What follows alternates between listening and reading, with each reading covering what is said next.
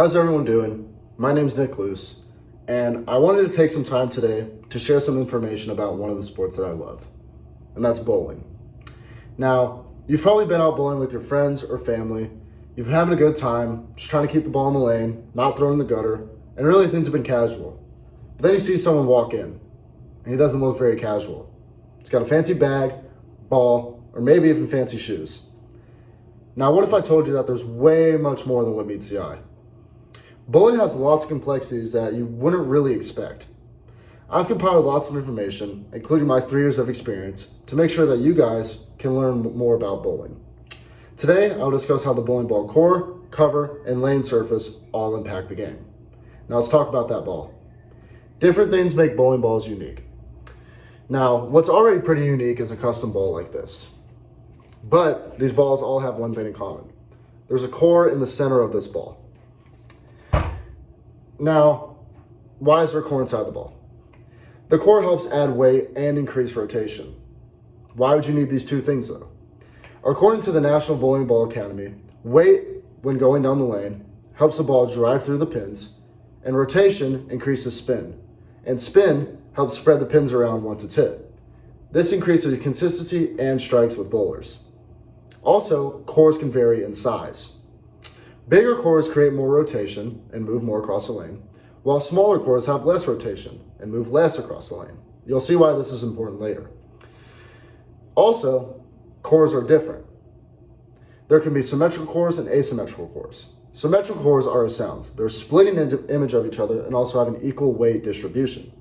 Asymmetrical cores sometimes look different, but they mostly look the same on both sides, but have a different weight distribution. For example, they can have 10 pounds on one side, 5 pounds on the other for a 15-pound ball. Interestingly enough, it's not just what's inside of the ball that makes a difference. According to Storm Bowling, the #1 bowling ball manufacturer in the world, the cover of the bowling ball makes a more significant difference than the core. There are 3 types of covers: reactive resin, urethane, and plastic. However, reactive resin has 2 different types of categories. The first are solids, which is like this ball right here. So you can see it's pretty dull, one color.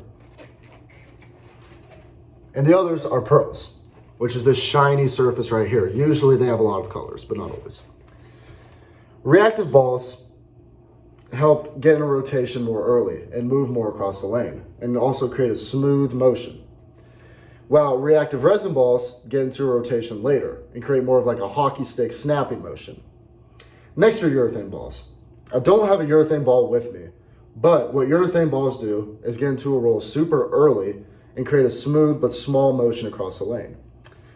Lastly are plastic balls. This right here is a plastic ball. Plastic balls barely rotate at all, and they really don't even get into a roll. This helps the ball go completely straight across the lane, which is perfect for shooting spares. When a bowler shoots a spare, they want to throw the ball straight at the pin. It gives them the most room to miss. Having a plastic ball helps you do that, as it's not going to move much across the lane. Now, with all of these balls, you may have heard a sound like this. This is because this ball is perfect fit to my hand. When I went to the pro shop, I got my hand measured out and got everything right so it could be drilled in my hand perfectly. This is for a good fit, less injuries, and increases a better release out of my hand out of the bowling ball. But you can't get too crazy with this. A bowling ball, according to the PBA, the maximum weight is 16 pounds, and you can only have as many holes as you are using. Since I only use 2 fingers, I can only put these 2 fingers in my drilling. Now, earlier you may have heard me talk about the lane. This also plays a huge difference. Every lane is covered in oil. Now, you've probably seen those funny videos where people cross the line, they lose their footing, and then they slip across the lane. It's because the oil makes the lane slippery. The typical oil pattern is called a house pattern. This is usually what's out there when you're going bowling with your buddies. However, when you go into tournament play, these oil patterns create a huge difference. Oil patterns are what makes the game challenging. This is where all the variance comes into play, and this is why so many balls are made. Now, the lane is 60 feet long. Bowling oil patterns come in so many different shapes and sizes. According to the PBA and World Series of Bowling, the shortest lane is 35 feet. This is where I use something like a urethane ball. Gets into a roll super early and doesn't move that much. Now, the longest lane is 55 feet. This is where I use something like that solid that gets into rotation early and can hit the pins and hook more. According to Bowling Life, the ball cannot hook on oil. Lanes with more oil require balls with heavier cores and bigger cores, while shorter patterns need the opposite. They need the smaller cores that hook less.